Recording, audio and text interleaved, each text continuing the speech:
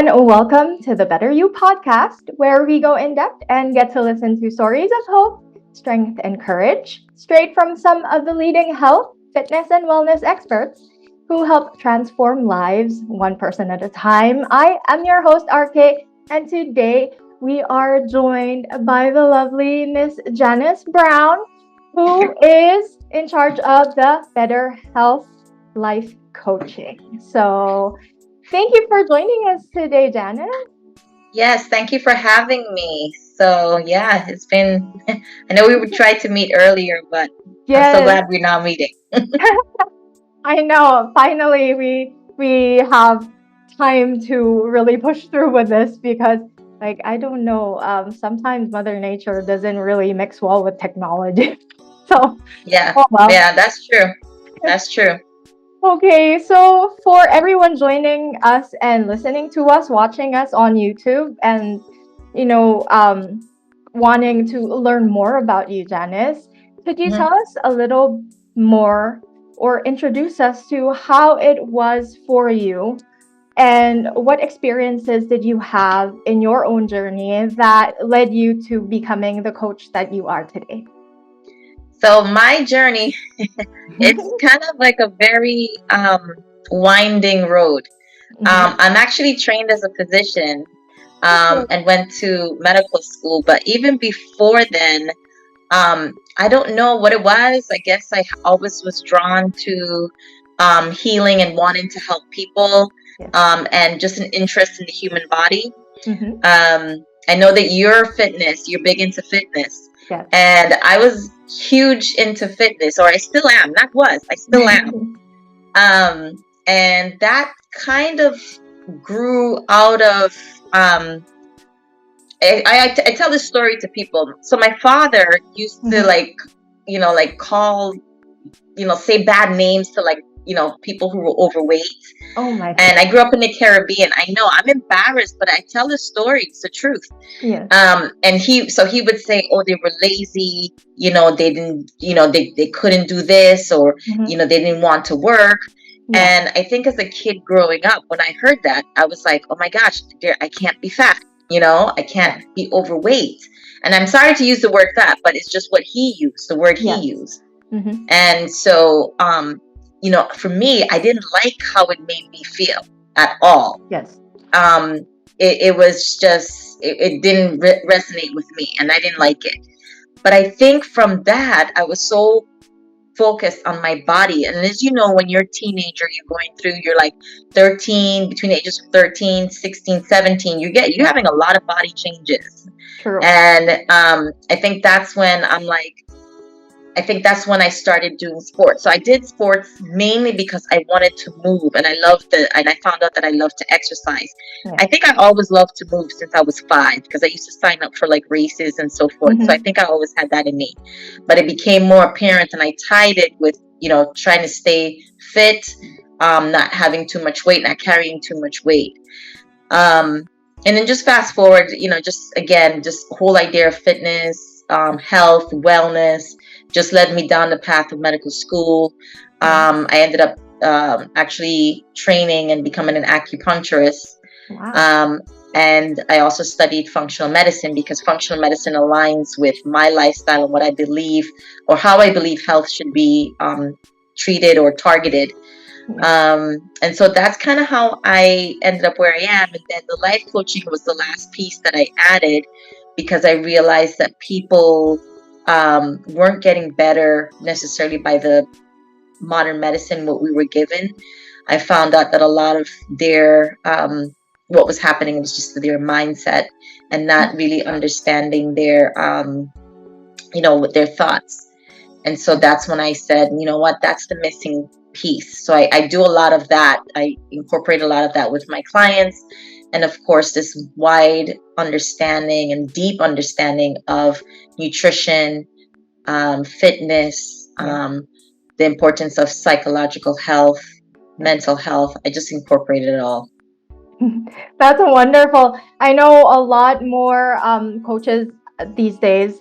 They tend to, or we tend to try to incorporate everything because we do know that it's not just the physical transformations that are important. Everything else really is intertwined into whatever type of journey that we go through. Now, is there a particular experience that you have had personally that you sort of like you don't really notice it, but often enough you share it with your clients? Is there like one specific experience that just is proof enough from your own story that always seems to resonate with everyone, and you're like, hey, yeah, that is like a number one story that I always share? Could you tell us a little bit more if there is? Yeah. So people look at me and they're like, "Oh my gosh, you look so good," because I do. I mean, I do work out. Don't get me wrong, but I know that it's part of it. Is like I know I need to do it, and I say need because it keeps me sane, and it keeps me feeling whole. However, I do share the story that I'm prone to developing diabetes. Like I actually got numbers that were pre-diabetic, and I know diabetes runs in my family. And so I'm very conscious of that. So during the pandemic, of course, you're at home. I have 2 young kids. I was homeschooling them. It was pretty stressful. So I found myself, and there's something about just staying at home that you just eat. You go to the refrigerator and eat. And I share that story with my clients because I'm like, listen, just because you see me on the outside and granted, like my weight is appropriate for my height and all that stuff, I struggle with like cravings just like you do. And I struggle with, health conditions the same way that anybody does. The difference is that I'm aware of it and I know what I need to do. And, that doesn't mean that sometimes I just splurge, sometimes I'll go if I want to. I have a tendency to want carbs. So like pretzels and, chips and stuff like that. That's kind of my go-to. And I share that with them because it's like, I don't want them to think that, oh my gosh, she's so perfect. In my opinion, there's no such thing as perfection. We all struggle with different things. But I share that because it's something that's a reality for me as well as for them. I go through the same stuff. Exactly. So. Yeah, I couldn't agree more. Like a lot of students and clients that we get to work with when we coach, they're always like, they always look up to us and think that we're either like robots or, like they don't think of us as human. I don't even know why, but yeah, it's kind of like a misconception. And yeah, we all kind of go through the motions, and whatever they experience, we experience that too. So I love that you shared that. So talking about you did mention a while ago that you have your lovely kids. So I'm sure that your kids are a very good inspiration for you to continue battling on through life. Is there a particular mentor, or is there a particular school of thought that has been a very good inspiration for your own coaching business? I would say I use a couple people, and for now I won't necessarily mention the name, but I think what I want to highlight is the fact that I get inspiration from actually meditation.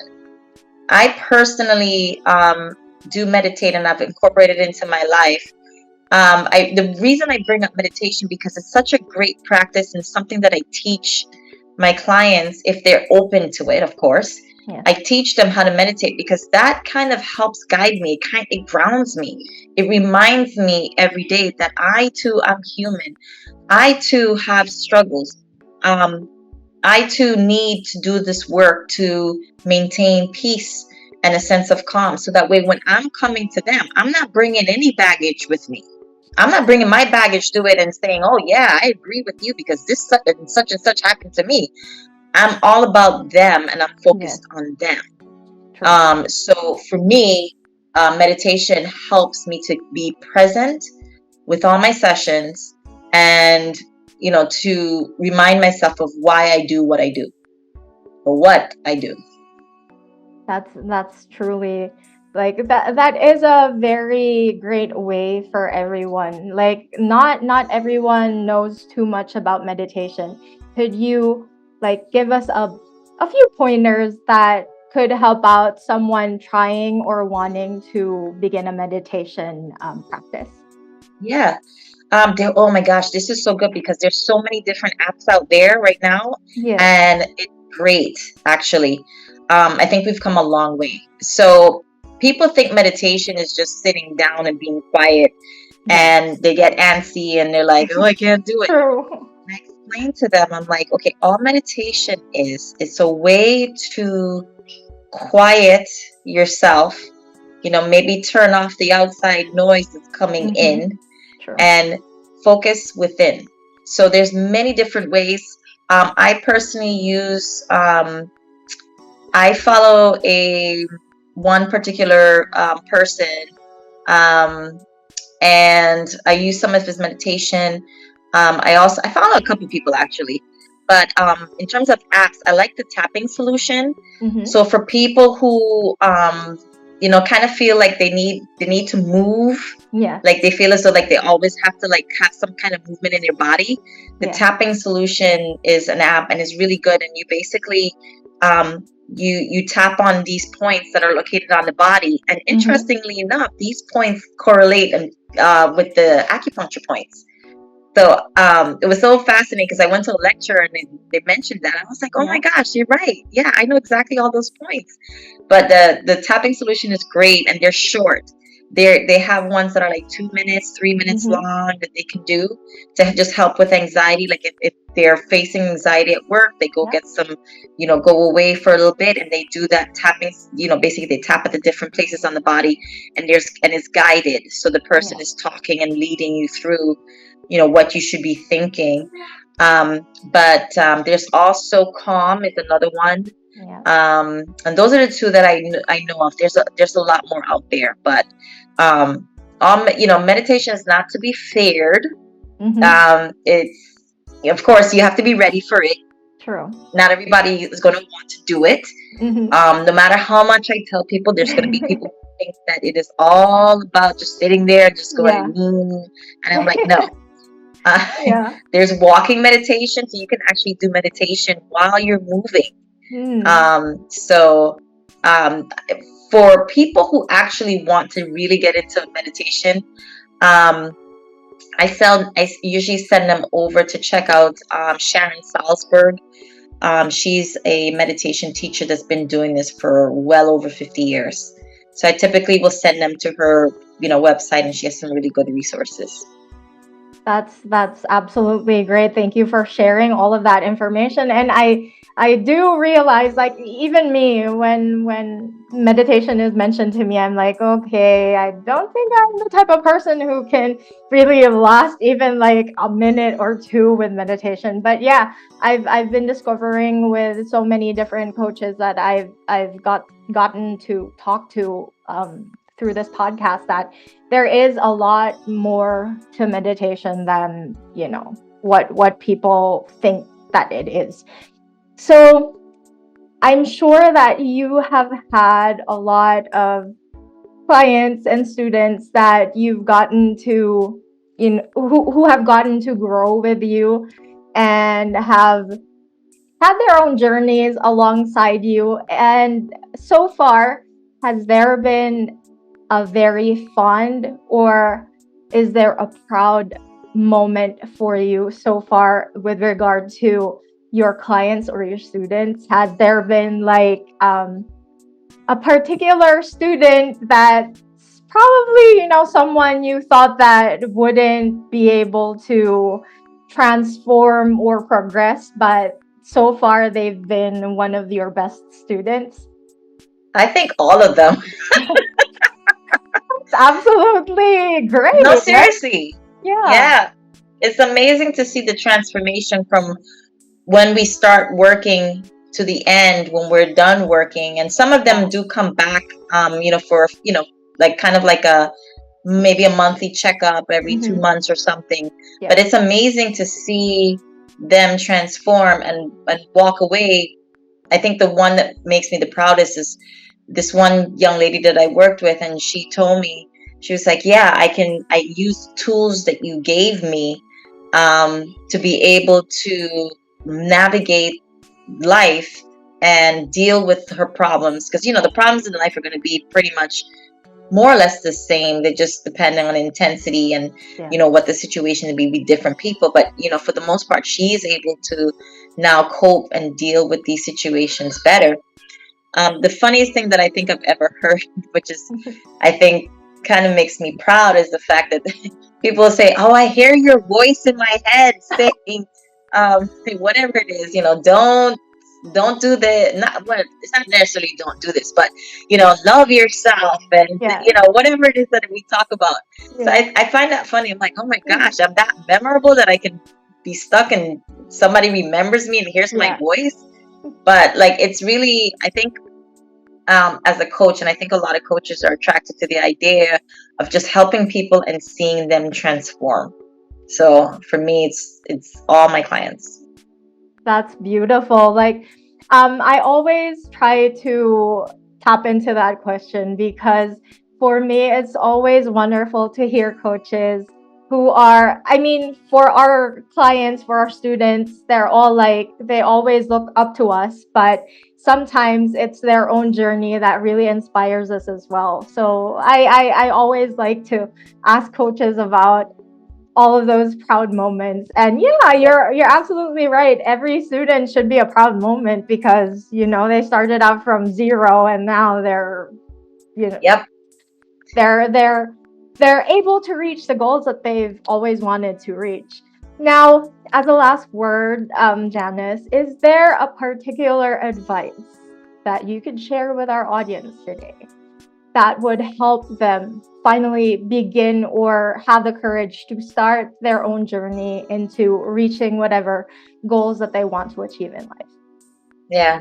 And it's funny because I've been thinking about this. I do a lot of, obviously, reading and kind of learning, because even though I help people and I guide people, you can refer to me as a teacher. I think I was always a teacher at heart. I'm also a student.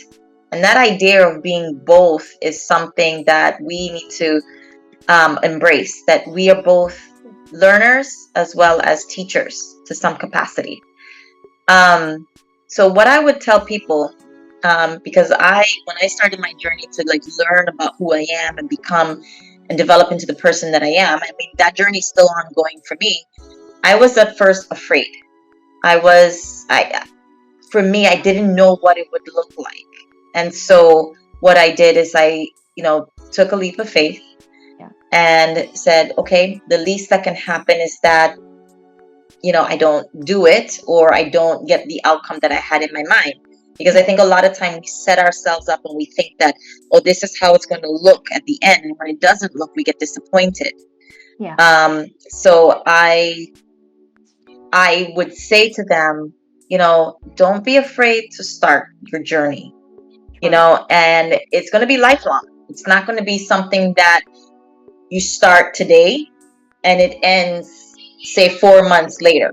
Because most of the time I work with my clients within a 4 to 6 month period. It doesn't end, right? Yeah. So I just remind them, don't be afraid to start. And I could understand that fear, because I was fearful when I started. I was like, oh my gosh, I won't have enough time. Then I won't transform and this and that. And, all kinds of excuses start popping up in my head. Sometimes I think we are sometimes our worst enemies. All the stuff that just comes up and it's not even real, because we're just making it up, Yeah. But that's what I would say. Just don't be afraid to start your journey to becoming the person that you want to be. And for some people, it could be an outward, how they look in appearance, right? Some people, I work with a lot of people who are overweight, and I focus more on helping them to transform themselves so that way they feel better, healthier, and they can decrease all the, chronic diseases that can come up. So those are people who do that outward journey, physical, changing their physical self. And then there's also the spiritual journey, inner journey that I work with people too. And I think I don't think you can separate the two, because I find that even with the physical journey, people also benefit from the internal journey, and meaning that they transform themselves personally, who they are at the core. So I would just say, like I said, don't be afraid to start it. And you're absolutely spot on with that. Thank you so much, Janice, for sharing that. And to all our audience members out there who are listening to us, if you guys would like to get a chance to work with Janice or see how she does her work with her clients, I will be including all of those wonderful details, the link, her email in the description box. And so far, thank you so much for joining us today, everyone, at the BetterU Podcast. Again, always remember, never give up on your movement journey, because it's never too late to move.